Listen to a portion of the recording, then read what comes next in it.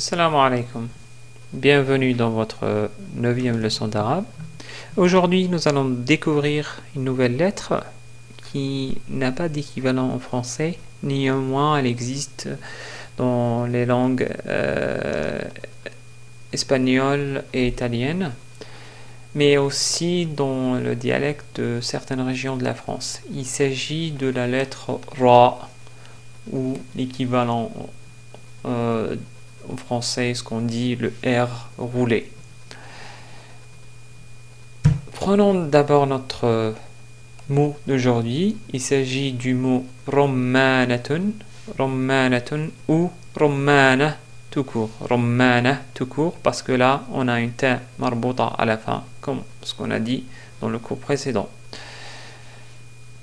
Mais bon, là, on s'intéresse plutôt au début du mot, donc le son qui est produit au début du mot. Il s'agit ici du son ro, ro, donc c'est notre lettre ra d'aujourd'hui associée à la dhamma, ce qui produit le son ro. Si on voulait isoler la lettre ra du mot rommanatun, on obtient ceci. Et il est facile donc de localiser la lettre ra dans le tableau de l'alphabet arabe. Donc c'est la lettre qui se trouve juste après la lettre vel, donc c'est la lettre qui se trouve à la 10e position du tableau de l'alphabet arabe. En termes de forme d'écriture, c'est simple, on a déjà vu la forme isolée. Après, il faut appliquer la même règle que la lettre del et del. La lettre ra ne s'attache jamais à la lettre qui la suit, mais uniquement à la lettre qui la précède.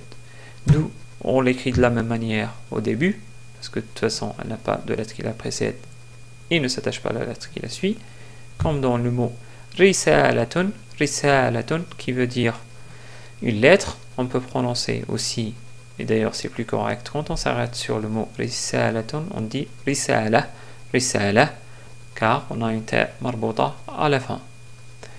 Au milieu, on l'écrit comme ceci, parce que la lettre ra s'attache à la lettre qui la précède, comme dans le mot ibratun ou ibra, qui veut dire une aiguille. Remarquez ici que la lettre ra s'attache à la lettre ba. À la fin, on l'écrit de cette façon, comme la forme au milieu d'un mot. Et pour exemple, on prend le mot bi'run, bi'run, qui veut dire un puits. Donc en résumé, on a deux formes d'écriture. La forme isolée est équivalente à la forme au début, et la forme au milieu est équivalente à la forme en fin de mot. En ce qui concerne la prononciation, je pense que c'est peut-être plus facile à prononcer, même si ça n'existe pas en français, parce que là, les francophones ont l'habitude d'entendre ce son-là dans les autres langues assez proches, comme l'italien et l'espagnol. Si on prend l'exemple de l'italien, on va dire que c'est le R roulé de l'italien, comme dans le mot ragazzi, ragazzi. Donc là, on n'a pas dit ragazzi, mais plutôt ragazzi. Donc sinon, si vous voulez vraiment vous exercer à prononcer le son ra, donc essayez d'abord c'est la même sortie en fait de la lettre que la lettre L. Donc par contre, on n'attache pas le bout de la langue aux incisifs supérieurs. Vous pouvez également essayer d'imiter un renflement de moteur en disant donc c'est plutôt et non pas c'est là en vous exerçant vous allez arriver à le prononcer.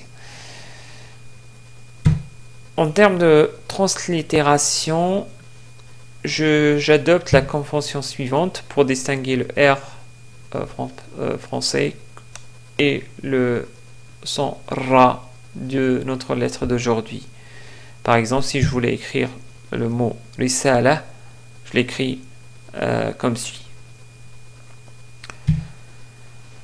Maintenant, passons à la vocalisation. Donc, on va appliquer quelques voyelles courtes, longues, et ainsi que le tanwin sukun à cette lettre-là.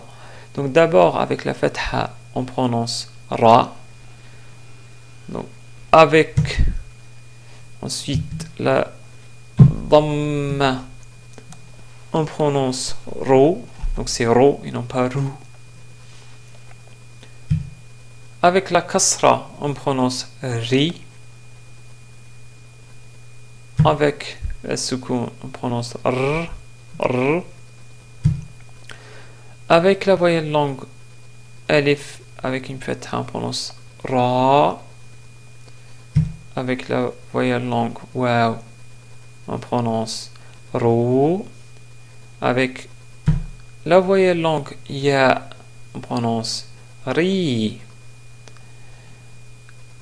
Maintenant, en termes de tanwin, d'abord un tanwin avec doublement de fatha, on prononce ran. Un doublement de dhamma, ron. Un doublement de kasra, rin. Voilà, c'est tout pour ce cours d'aujourd'hui. Par contre, je préfère faire un petit exercice avec vous. Je vais prononcer quelques mots, vous allez me dire si le son ra existe dans ce mot-là, et si oui, dans quelle position du mot, c'est-à-dire à la fin, au début ou au milieu. Premier mot, rajulun, rajulun. Là, la lettre ra, elle est au début du mot. Rajulun, ra. Rajulun veut dire un homme. Donc un homme, non pas en tant qu'être humain, mais un homme, le contraire de femme. Deuxième mot, tamrun, tamrun, ou tamr, tout court. Là, la lettre ra existe bien à la fin du mot.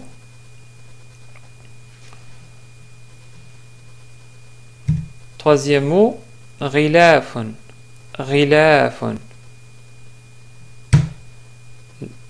Là, par contre, il n'y a pas de son de la lettre ra, notre lettre d'aujourd'hui. S'il y a eu confusion, peut-être au début du mot, là, on entend le son ri, et non pas ri. Là, il y a ghilafun, et non pas rilafun. Donc, si vous êtes trompé, c'est pas correct. Dernier mot, arnabun, arnabun. La lettre ra est bien présente au milieu de ce mot-là, qui veut dire un lapin. Dernier exercice, c'est l'exercice d'écriture. Bon, c'est plutôt un exercice pour moi, donc je vais vous montrer comment écrire la lettre ra dans les différentes positions en prenant 3 exemples.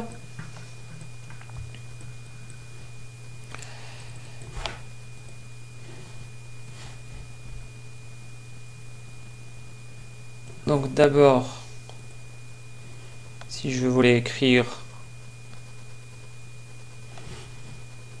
Rommanatun, la lettre ra au début, on l'écrit de cette manière-là, c'est comme si c'est un quart de cercle ou un tiers. Et si je voulais écrire là, ro, ro, ma,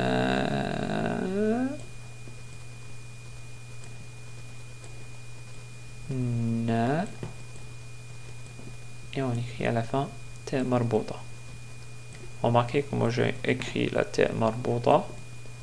Donc je suis monté un peu 2 lignes et ensuite j'ai fermé le cercle.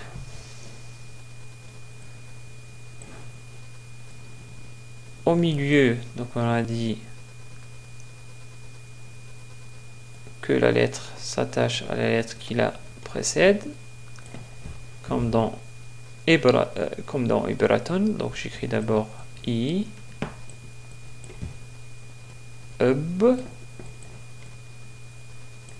ensuite j'attache Ra, Ra, enfin j'écris la ta marbouta dans une autre forme parce qu'en fait elle s'attache pas, donc elle est un peu différente par rapport à la forme dans le mot rommanatun.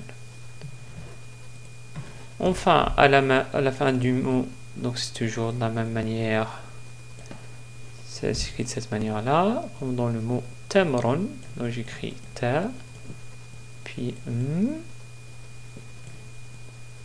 et j'attache le ra à la fin, donc tamron ou tamr, tout court. Voilà, je vous remercie et je vous retrouve dans un prochain cours, Inch'Allah, ila al-liqa.